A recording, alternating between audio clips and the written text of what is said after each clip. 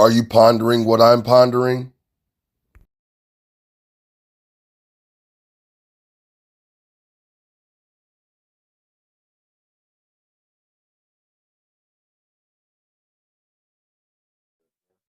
You good? I'm good. Yeah, I'm good. We ready? Ready to record in 1, 2, bam. Oh man, oh man, oh man, oh man, oh man. Let's get into it, man. Let's get into it. Black men, BMVT, man. We back. We back. No, I take off. You did take off. You was winding up for that. You was winding up. I felt it coming. You was winding up. I saw where this was going. That's definitely a windmill dunk there. Hey man, just go get it. I was waiting on it. I wouldn't be surprised if the little system we on ain't due for an update or something like that. Yeah, that's what I'm thinking. Something's going on with it. Oh, here we go, man. Now, 1, 2. We want to do a test, a testing real quick. We on testing. Ain't no testing. We live. We live and direct, man. Yes, all right, y'all heard the back piece, man. So y'all gonna hear the rest of it. Live and direct, man. Let's get into it. Let's get into the blooper reel. The blooper reel, man. Black Men BMVT, we a very authentic podcast, man. So if you're just now joining us, if you're new to the podcast, dun.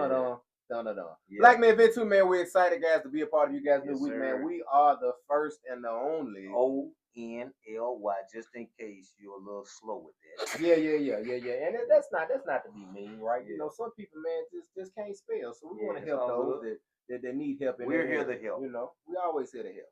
The first and the only Black Father and Son podcast in the state of Tennessee. Pops, I always say this, man. If that does not mean something to you, that means something to us. It definitely means something to us, man, because we've been rocking this for 4 years, going on 4 years now, man. So it's one of them things where we're not trying to say it in a braggadocious way, but then we kind of are bragging a little bit. You know what I'm saying? Because when we started this, it was not popular for what we stand for.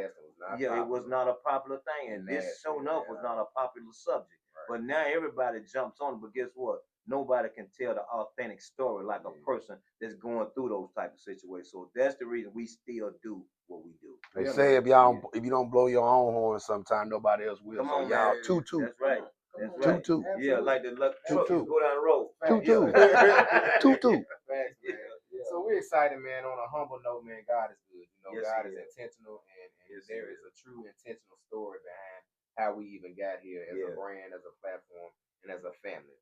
So one of these days when we get on those big stages, here real soon, God will give us that opportunity to tell the story of Black Men BMVT. Right. But in the meantime, man, we are here, man, with a great guest, man. I'm excited, man, to present to some and introducing to others. This is gonna be a good one, man. This is we've adopted this term from DJ C Wiz. This is a Oski Woski podcast today. Old school man is representing Oski Woski, man. This is a Oski Woski. That's one of my guys too. On today, man.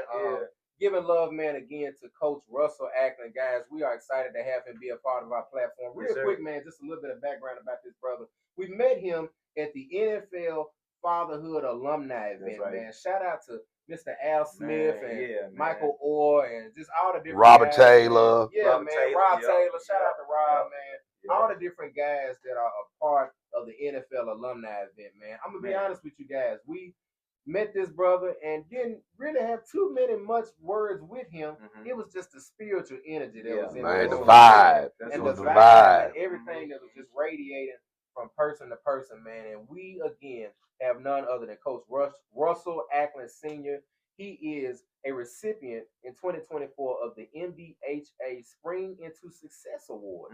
He is also a recipient being the Assistant Coach of the Year from the Gulf Coast Athletic Conference, now called the HBCU Conference. Coaching is what this man does. I mean, some of y'all teach, some of y'all laugh, but coaching is what this man do. He's been doing it for the last 10 years plus. He has coached under the great Fisk University coach Kenny Anderson. Also has done a little time in the MNPS sector, presenting the song, introducing the others, often imitated, never duplicated, Mr. Coach Russell Acklin Sr. Big dog, what's up? Thank y'all. I'm just excited to be here. Man. Yes, sir. I'm a vessel from my first interaction.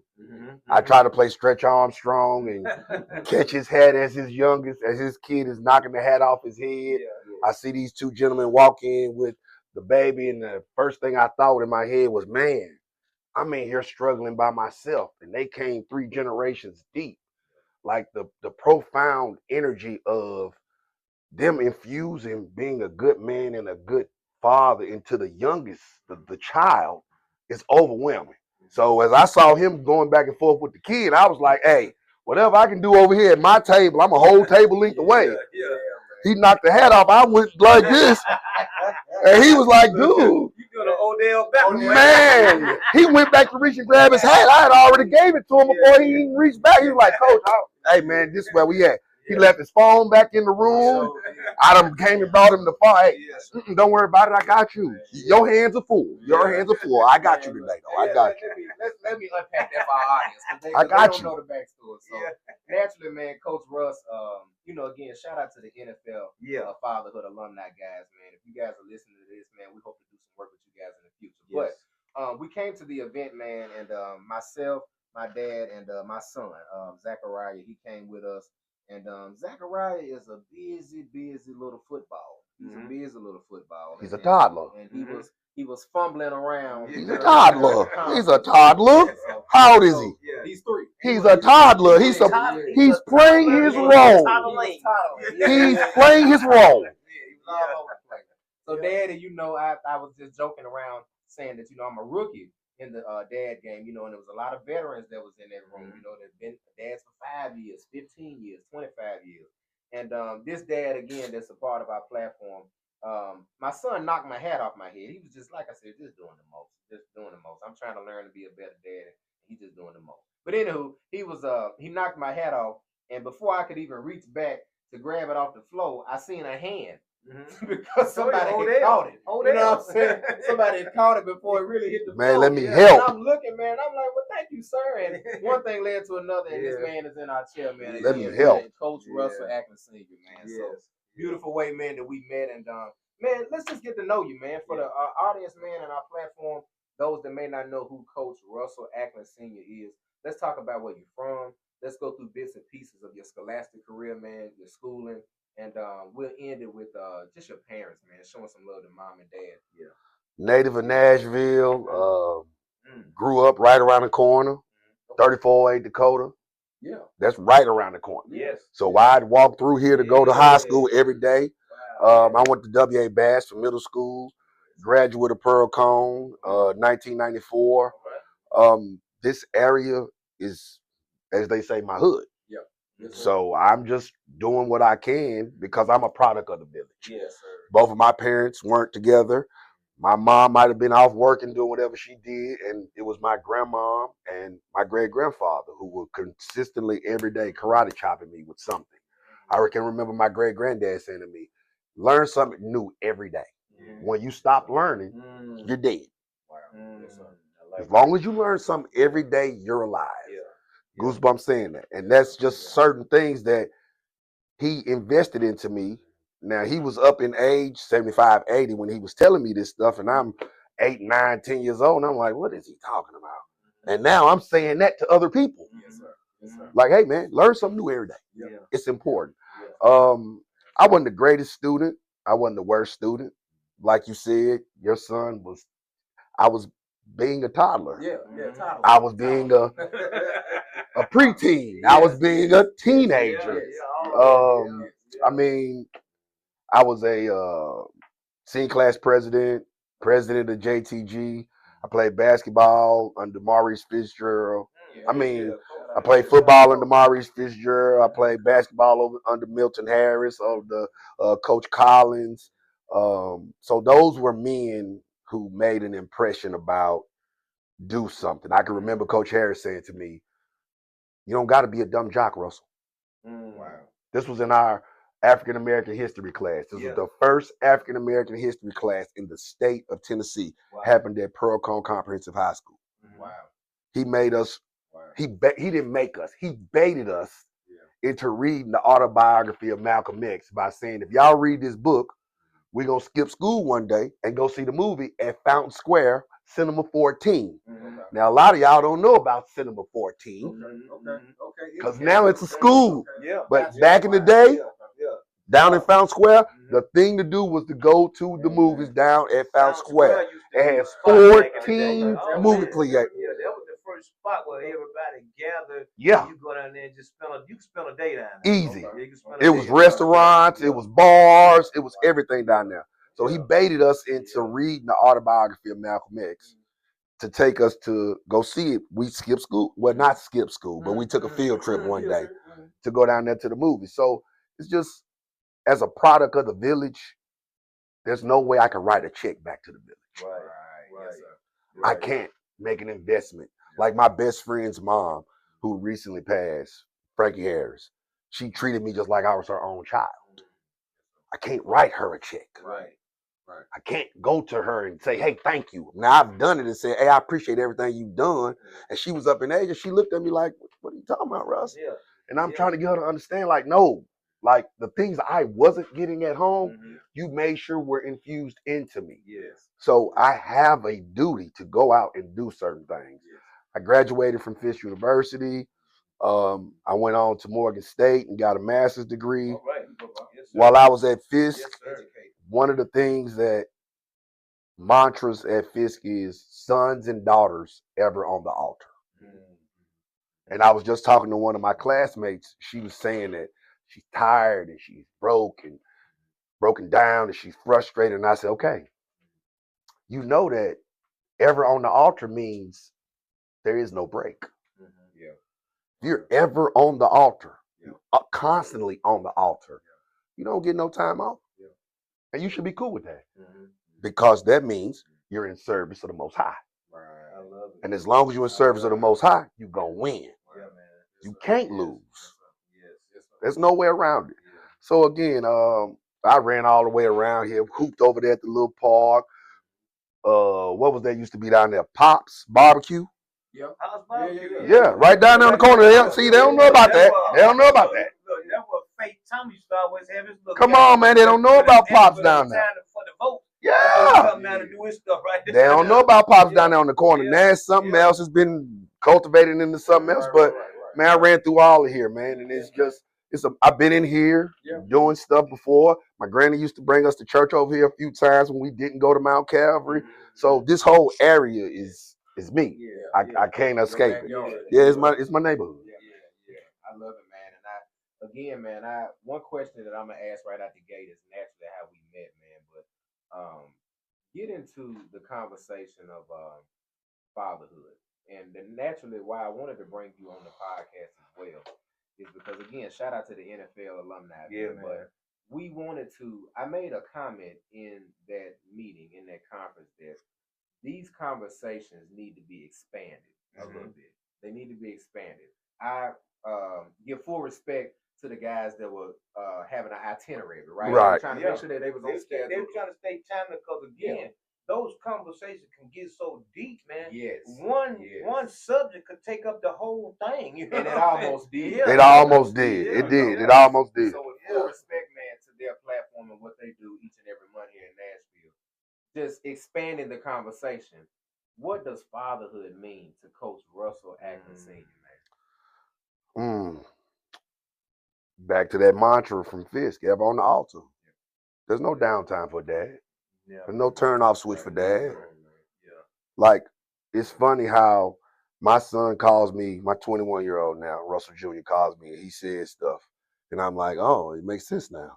So he and his girlfriend and his dog, my fur grandchild, take a trip to South Carolina and he had to drive. So he drove from Nashville all the way to South Carolina. So he got there, he hit me up, Dad, I made it. I said, what's up, son? I'm glad you made it safe. Now I know why when we go out of town and you drive, after you get there, you don't do nothing but sleep. Come on, man. I was just come on, man. Hey, I just drove to Panama the other day. And when I got down there, what you think I did? Man, I chill. You know what I'm saying? I got a day I'm gonna drive. I got a day I'm gonna drive back. So that in between time, that's on y'all. I'm resting up.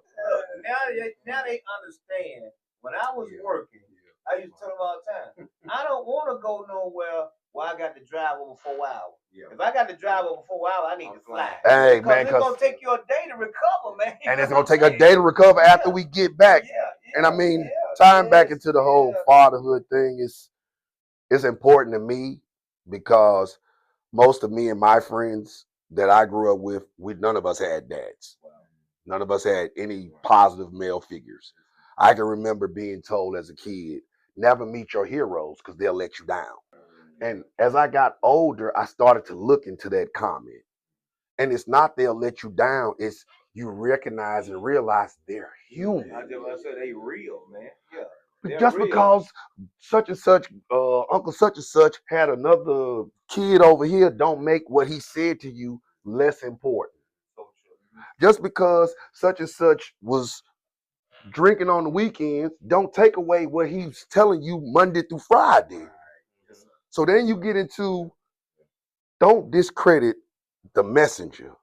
Listen to the message. It's about the message. And as a father, I understand, I've told my children several times, y'all have a luxury that most people don't have.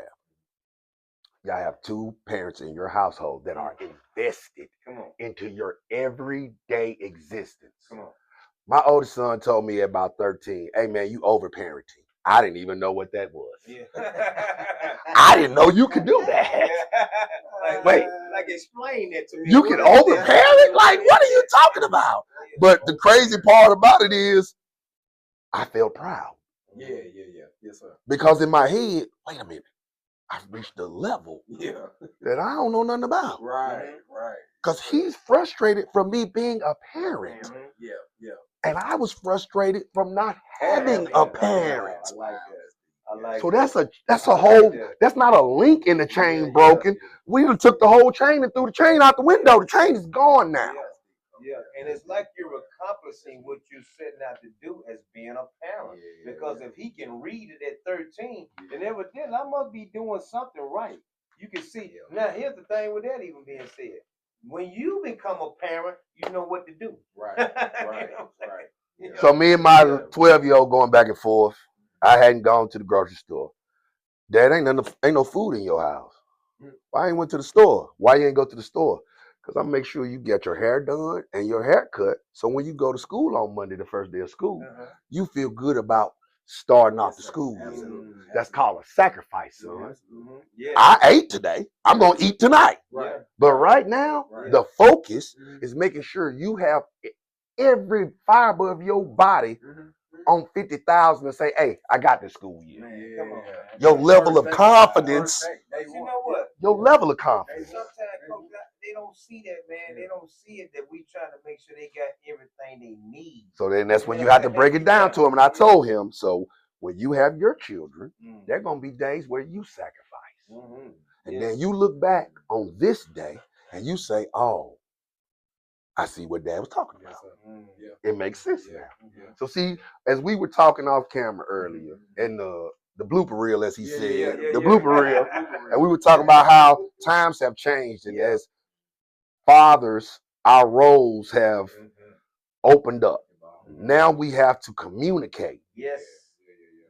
We have to communicate, and we have to be emotional. Yes. Like we talked about at the dad training about nurturing. And I brought up the question, how do we nurture emotionless?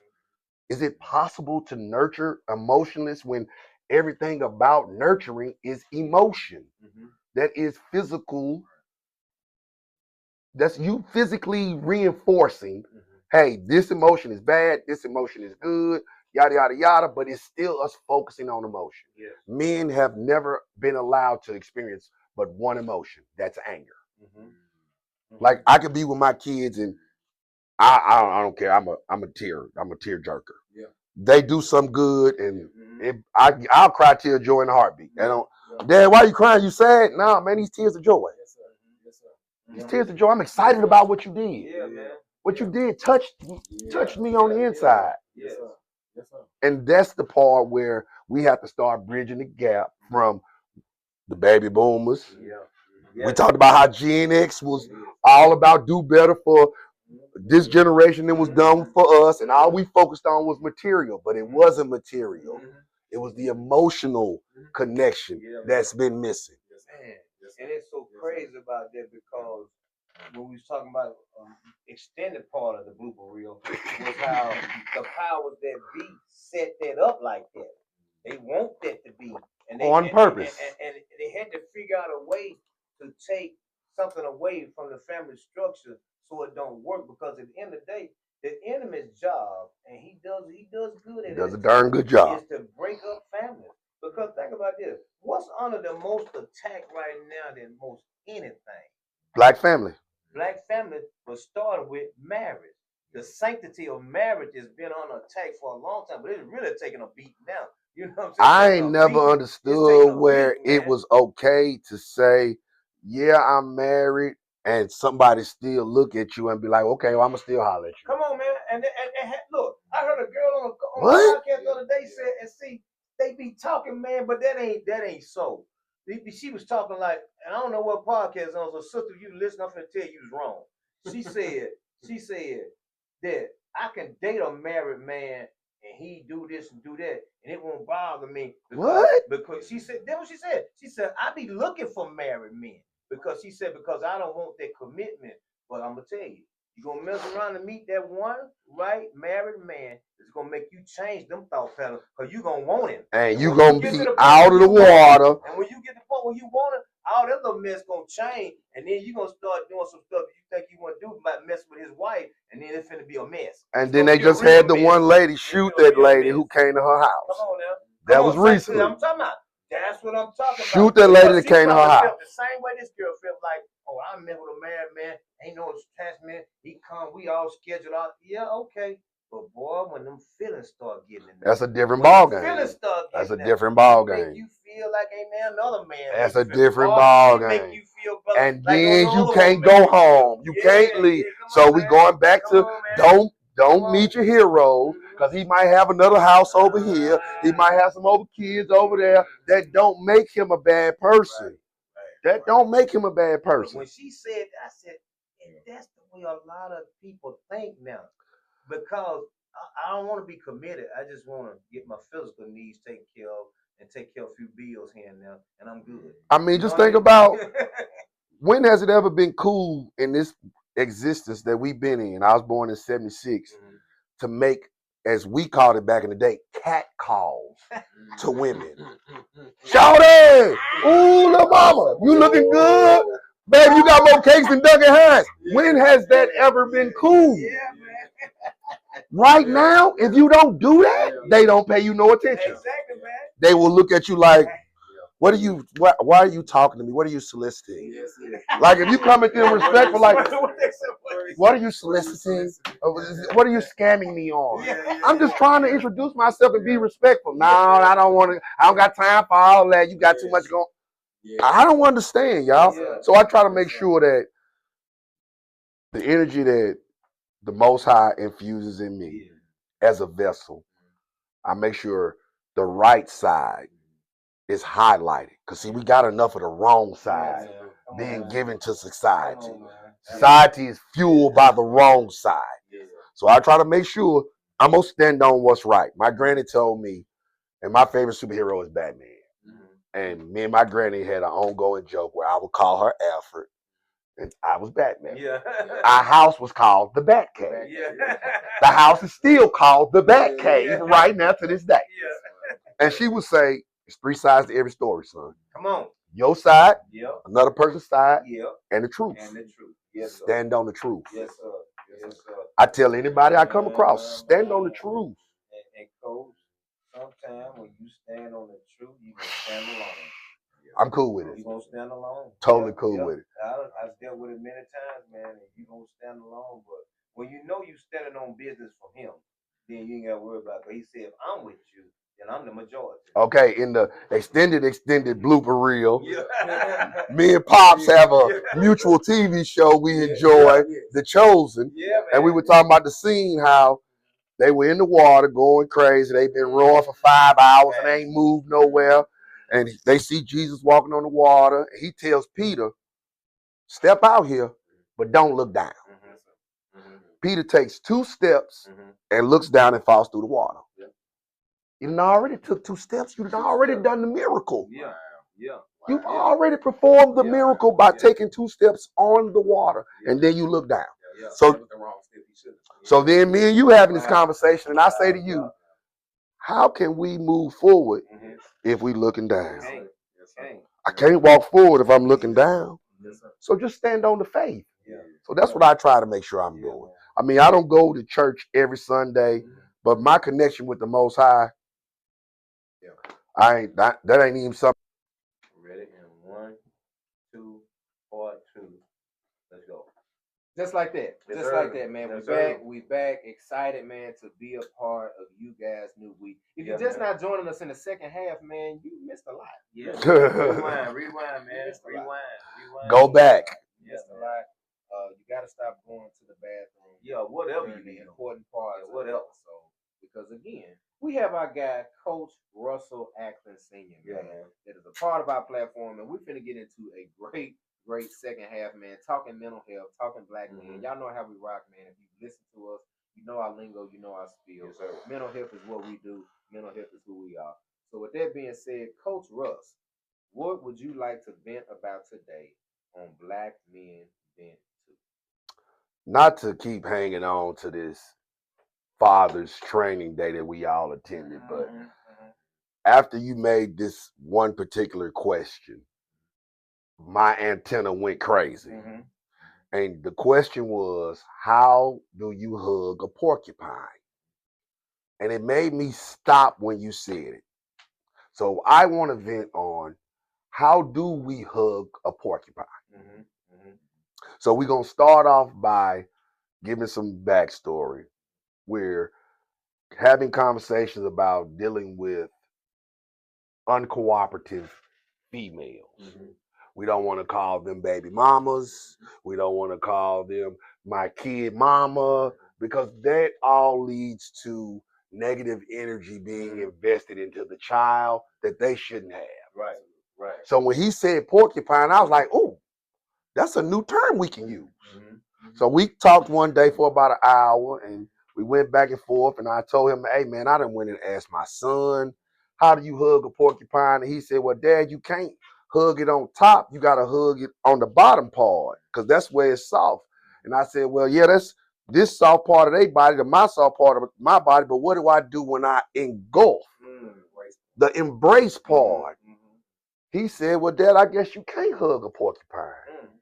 So it's imperative right now for us to really discuss how the struggle of being a father and the importance of being a father to most men is being destroyed, it's being undercut, it's being undermined, it's being zapped away because some men don't know how to hug a porcupine. And as I explained to Jonathan at the training and on the phone, you have to hug a porcupine like so. When you go to the zoo, you don't get to hug the porcupine.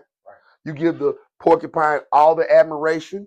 You give the porcupine all the love from behind the glass.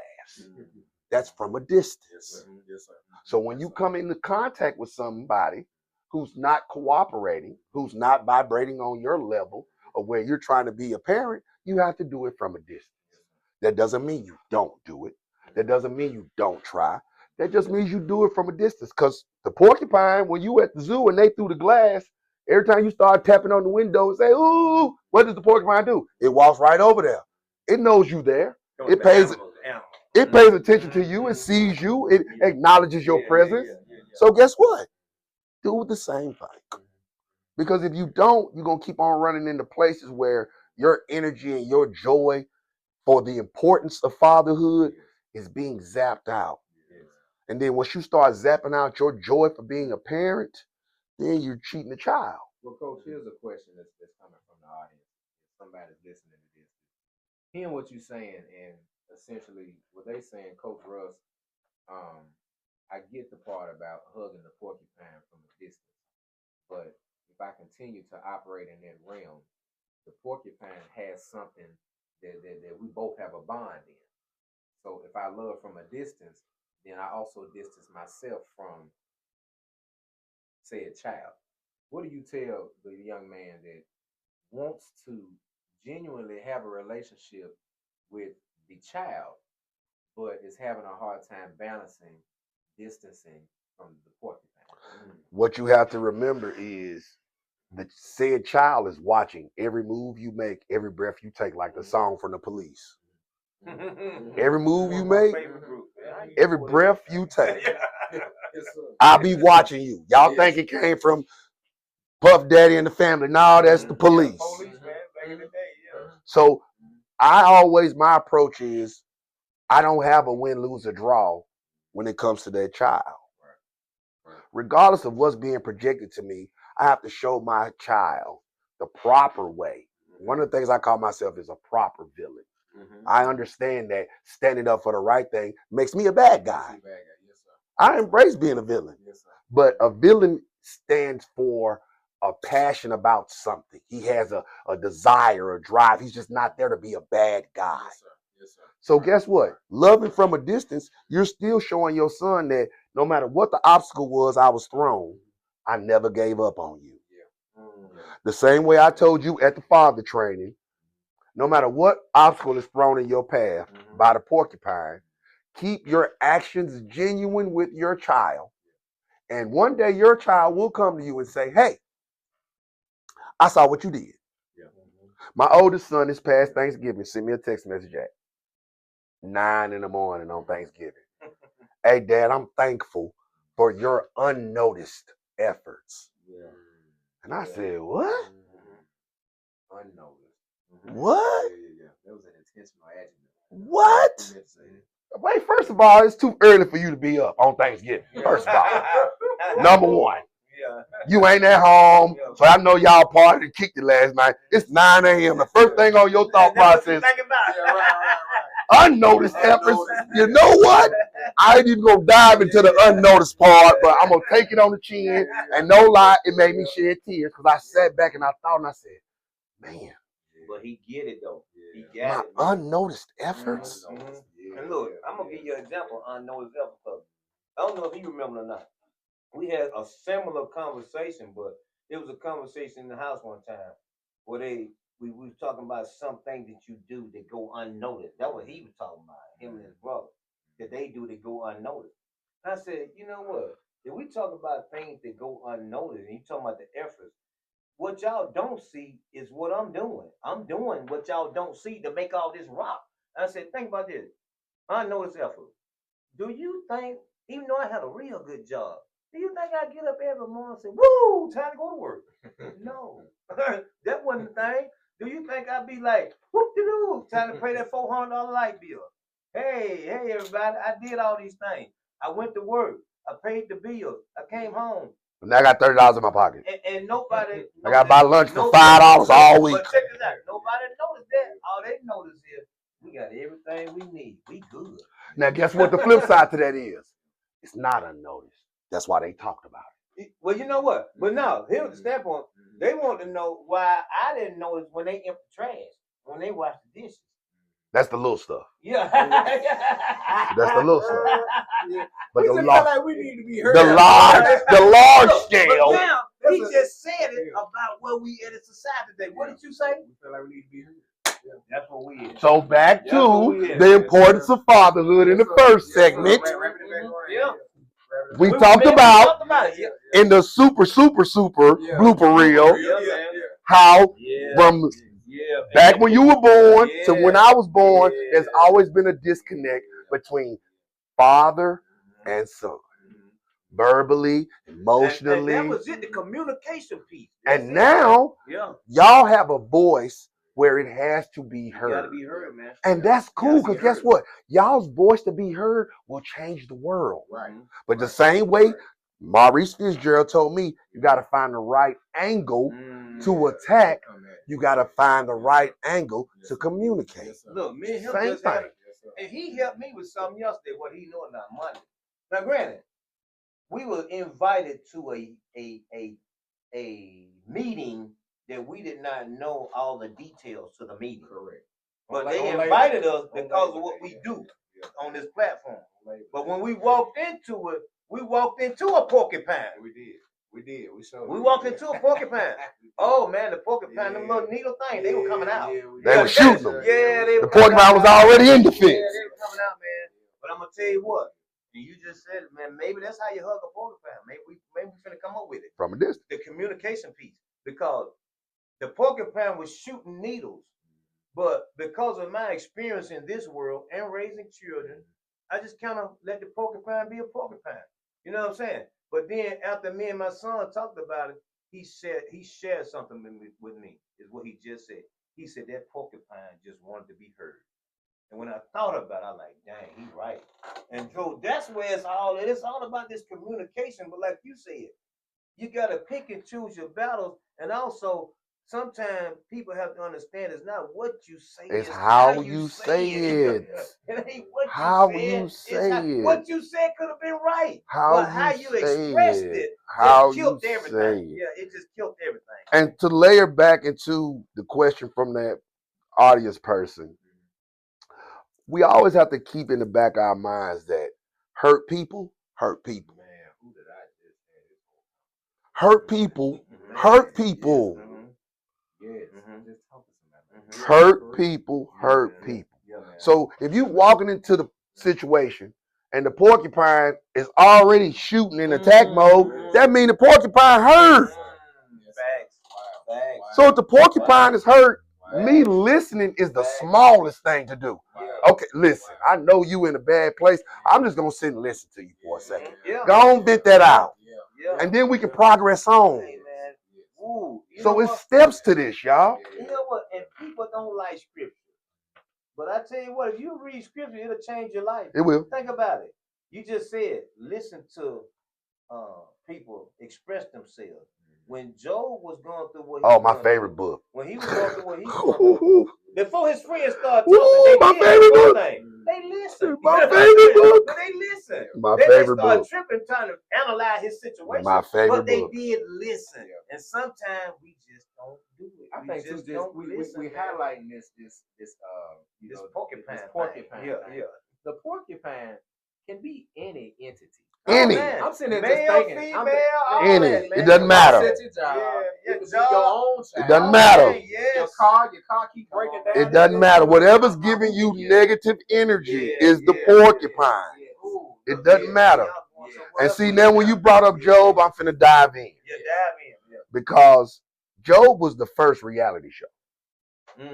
Come on. Job was the first reality show. He had two people sitting back watching him, commenting on what he was going to do next. They made a bet. I like that, man. I like that. Will he turn on you if you take everything away from him? He good with you because you're giving him everything. Right. But when you turn away and take all of it from him, is he still going to have his faith? Now, here go the trick. You're going to give him 21 years of ups and downs. 7 years of good luck, 7 years of bad luck, and 7 years of indifference. Now, as a kid, when I was coming out, I was like, okay, that's going to be easy. They're going to give you 7, 7, 7, so you already know what you're dealing with. But then when I became an adult, I started to understand that didn't all necessarily happen 7, 7, and 7. You could have got 1, 1, 2, 3, 5, 6, 7. It could have got broken down in so many different angles, in so many different places of the equation for it to end up being 7, 7, and 7. Yes, sir. Yeah, so what you're saying, we get to 21 in many different ways. Nickels, dimes, quarters, all that. But we still get 21. We still getting them 21. It highlights something that I mentioned in Dayton, Ohio. You know, we had an engagement, if you will, where we were speaking. And I spoke on the difference between perception, coach, and perspective. Right? Follow me here. What you just gave is just a testament to that, right? Your perspective is how you see what you see. At that moment. Right. Your perspective. Your perception is what you see. Okay? What you see and how you see what you see will always be different from that person across from you. You know what I mean? Always. And I think we get to the issue with the porcupines of just having the conversation about the difference between your perspective and your perception versus mine. Because and all that comes from what we talking about in the beginning of this conversation, even in the blooper reel. The communication thing is big, man. That's it. It is huge. Like I ain't never heard of stuff like love languages, and y'all, we making this complicated. Yeah. We making this complicated. Coach, the woman comes to you and be like, Coach, my love language. Okay, so listen, let me ask you this. Yeah. My wife called me one day and says, do you remember not taking me to the Kroger's on Charlotte and driving an extra 10 minutes to go around the corner to the Kroger's in Bellmead because I didn't like the one on Charlotte? She didn't like the one on Charlotte. She don't like the one on Charlotte. Yeah. Because it ain't all bougie like the one around in Bellmead. Yeah. So I would never go to the one on Charlotte. I'd always go to Bellmead. Yes. So when she brought it up, I said, hey, you keep talking about love language? Right. Right there. Yeah. I just showed it to you. I've been showing it to you. Yeah. As a man, I don't have time to, well, I gave you extra effort. I don't got time for all that. My love language is what I'm doing physically in all of my actions. If my physical, every action I display says, hey, I'm upholding you, I'm upholding my family. Back to what Coach Anderson challenged me on, husband, spouse, father, mentor. If I'm holding dear to these things, ain't no love language to talk about. And let me put a pin. Real quick. Yeah. You just said that it is the physical that you show that would give off the service. That's me showing you I love you.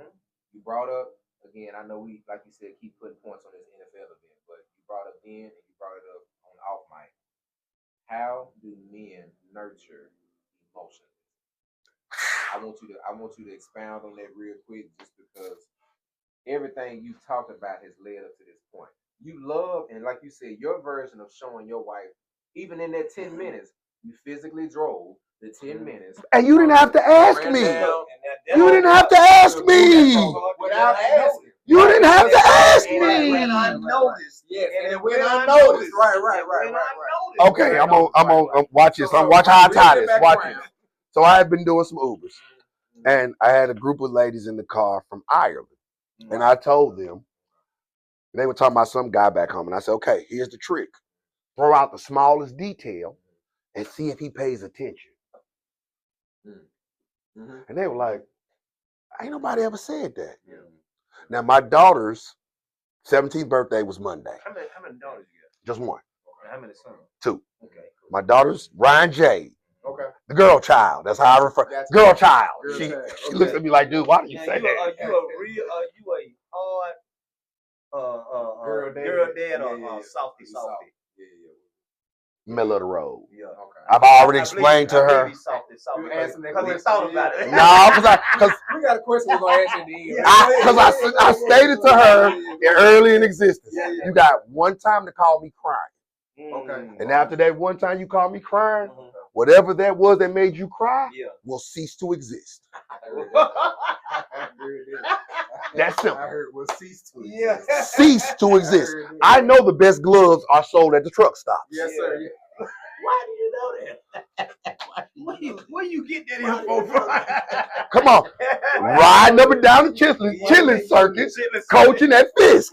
Where sometimes you can't eat nowhere but at the truck stop. So they over here doing this. I'm looking at, oh, look, they got gloves. They got rope. They got tape. They got everything over here. Okay. So my daughter says to me, well, you know I never got that Fleetwood Mac album. Right? Okay.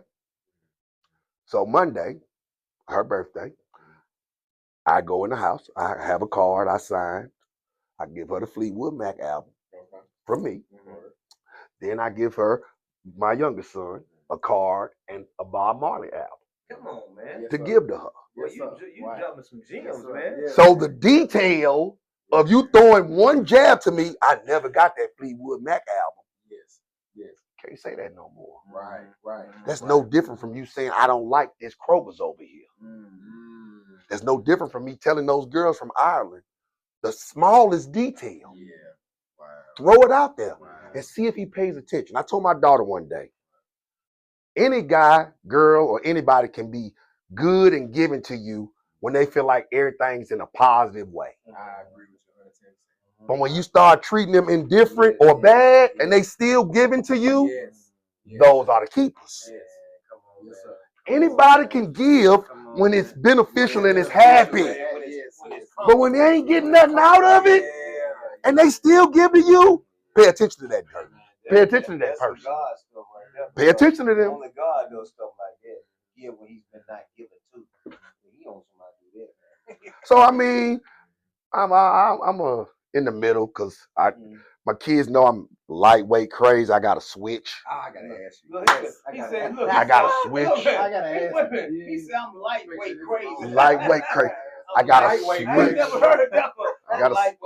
I got to switch. And they know when I turn that switch on, it's like, okay, wait a minute. All of us together can't control him. So they know they can't get me to that place. Coach, I gotta do it. Go ahead. So check this out, man. We'll make this we'll make this man, question. thank you for this interview, man, because it's been real good. But that porcupine thing, we're gonna have to revisit. I told Jonathan we're gonna be somewhere on tour soon talking about how to hug a porcupine. It's gonna be a whole tour. Shout out to Dr. Debbie Ellis. Dr. Debbie Ellis, she is the author of the book How to Hug a Porcupine. So if anything comes out of this, it started here. Yeah. Right. I want to say that now. Yeah. Right. Put it out there. Dr. Debbie Ellis. Yeah. We're gonna try to reach out and contact her, man, and see what we can do behind this subject. Yes. But I wanted to ask you this, Coach. Man. So our girl dads, man. Not yet anyway, unless God may have that. How old is your daughter?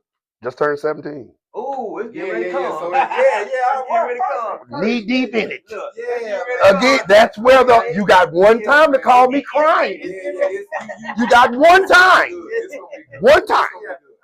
I'm geared up for this. So here we go. Close the question, man. Again, Coach, man, thank you for being on the Hey, man, this is a blessing, y'all. From the time I saw y'all walk into the building at the training, I knew I was at a place where I was supposed to be. Because I got to experience 3 generations of men trying to infuse, let's be the best men we can be. I saw a dad, I saw a son, and I saw another son. Goosebumps saying it right now. That's why when you dropped your head, I turned into Stretch Armstrong. Like, yo, whatever you need, I got you. Do that, I get a different now. I just thought about Fantastic Four. No, because he goes to the bad part. I wasn't close to y'all. I wasn't close. We was a whole space away. Man, I saw your hat dropping. My instinct said, "Oh, let me grab it for him." A lot goes into that, man. We got to revisit this. Yeah, a lot just went into. You just said about the effort part. Yes. How many people put forth effort to help the next man that's falling? And how did we just talk about how the effort often goes unnoticed? Come on, man. Come on, bro. Come on. Your phone. They was like, who phone is this? I don't know. Guess what? I'll figure out who phone this is. I think it was my homeboy who was sitting over there with the son. And guess what? He chasing the son right now. So I'll hold on to the phone. He came back walking. I said, I got your phone. Don't worry about it. I got your phone, bro. Don't worry about it. Don't worry about it. He was having a ball. And guess what? I wanted him to enjoy that because you had started enjoying it. You started like, okay, wait a minute. He's tripping. So shit, let me go ahead and trip with him. We all in this thing. Let's get into it, man. Coach, we got a scenario, man, that we put our girl dads in. And she's 17, so she is right in line with how this is going to go. So check this out. Your daughter's name, one more time. Ryan. If you're listening to this, sister, your dad is awesome. We finna get into putting you in this scenario with your dad because you're probably gonna see it at some point in school. She about to go to college. All right, okay, yeah. So she talking about going to college. We already there. We in that ballpark. So here we go. Miss Ryan, she is getting ready for her senior year of prom. The senior prom. Senior prom is important to me, man. You don't even know. Man, when I was at East, I won prom king my senior year. I won it over.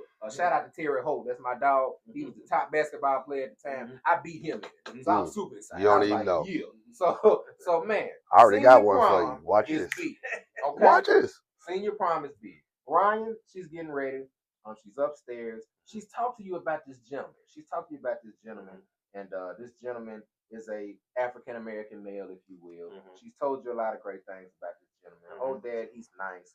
Oh, dad, he's smart. He makes me feel good. All the things. You hadn't met him yet though. This is the first night that you're gonna meet him. The first initial meetup on prom night.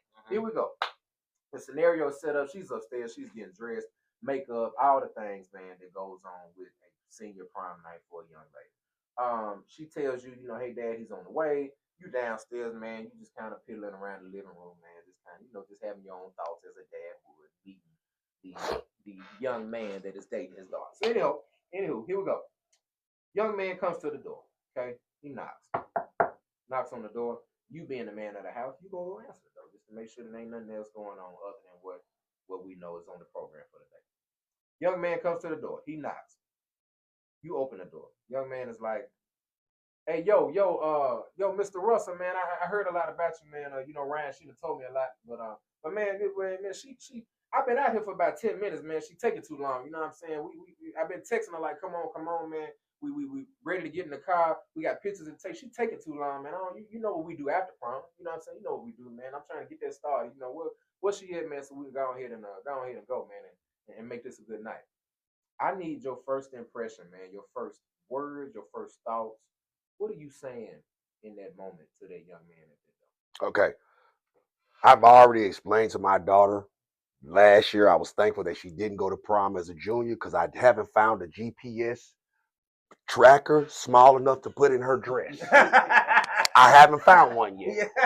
So going into this year, I'm already searching Temu and everywhere where I can get me one small enough that I can put in the back of her.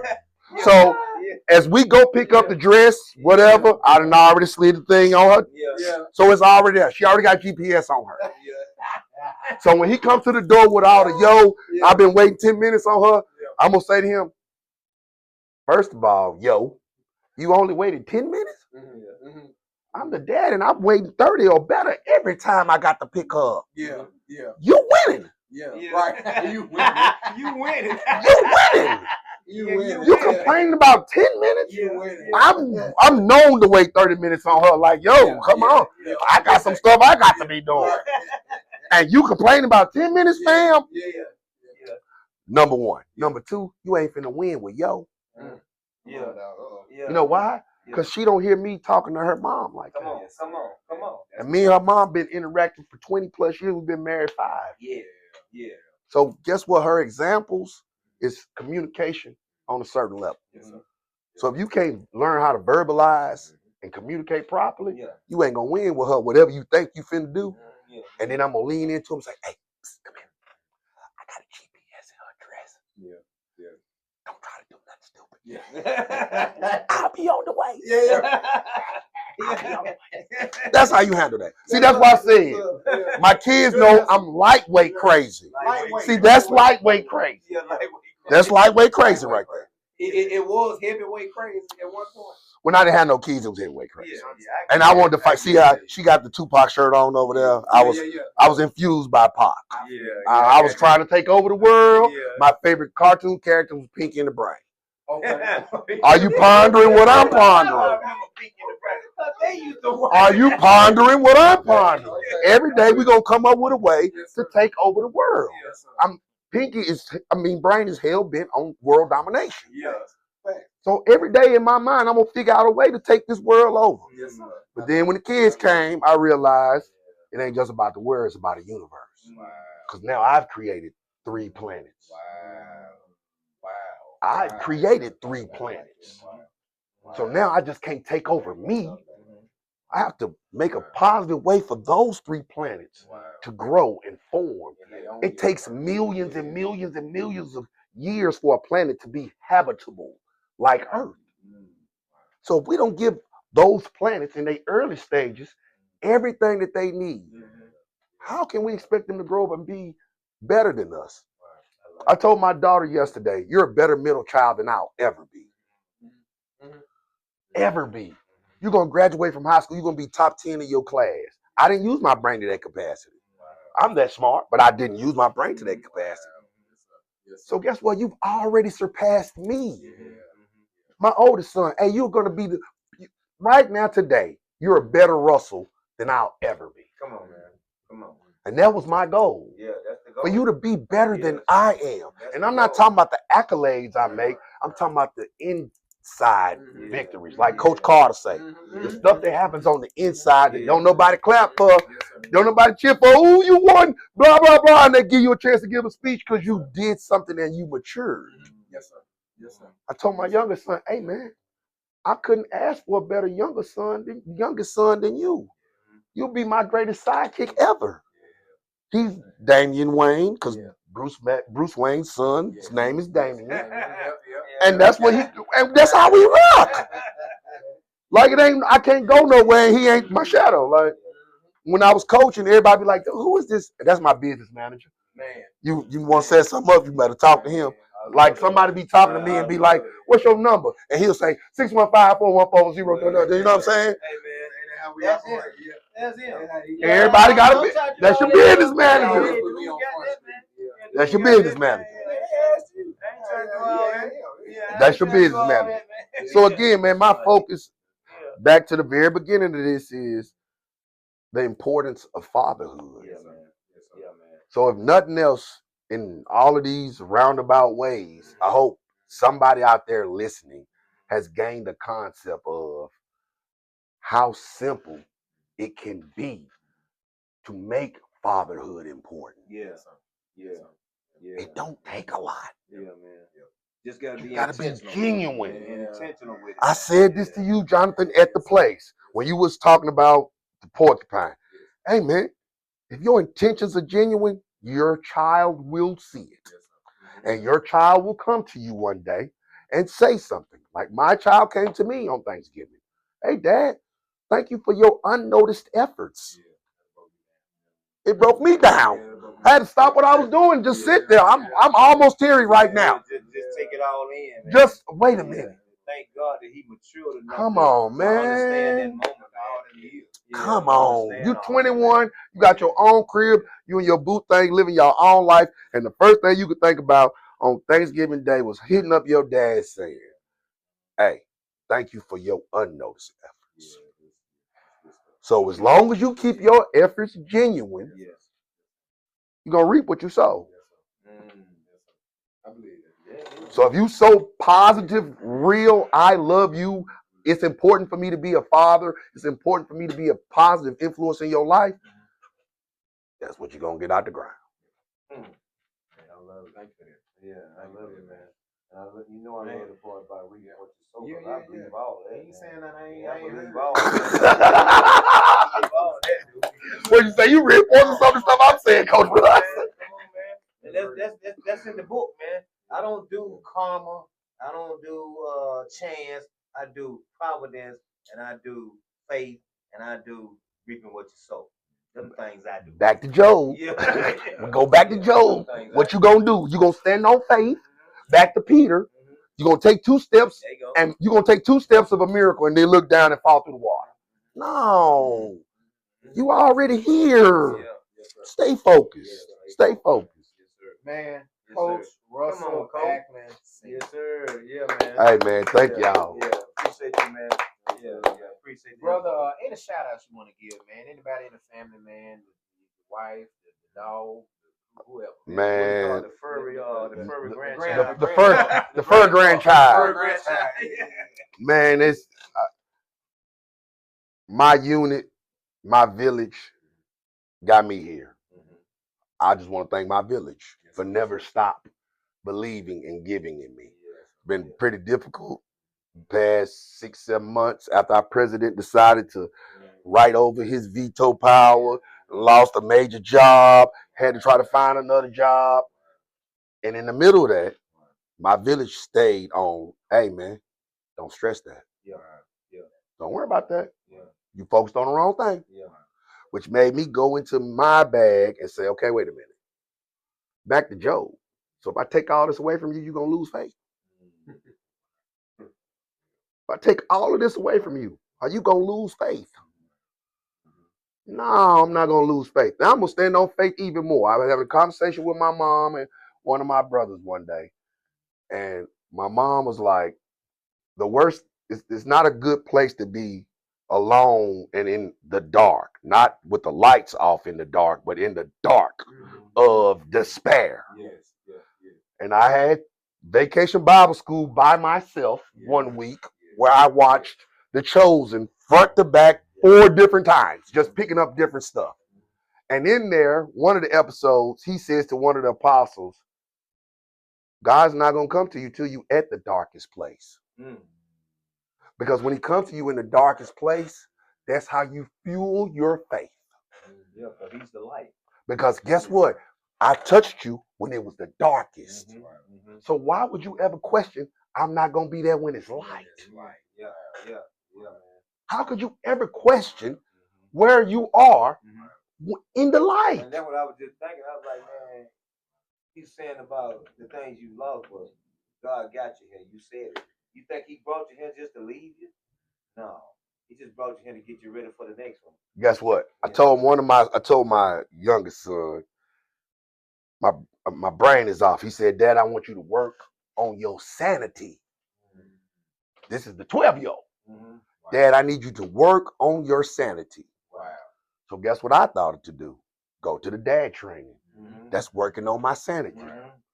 So I told all 3 of my children, hey, I went to the dad training class.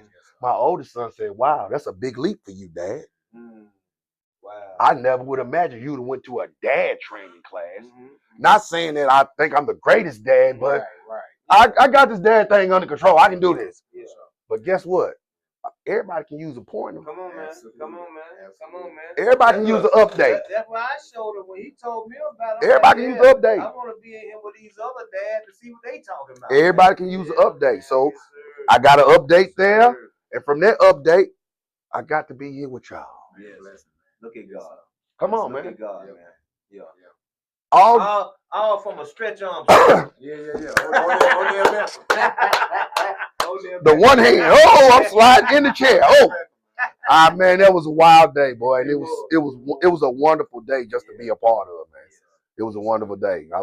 I've had a couple of conversations with Jonathan off air, and those conversations, leaving those conversations, it let me know that what I've been thinking about is not what I'm supposed to be thinking about. See, that's when I have to stop and say, that's the Most High asking me, am I going to take 2 steps, take 2 miracles, and look down, or am I going to keep on walking? Keep on getting the miracles. Keep on getting the miracles. I'm raised by the village. I'm a walking miracle.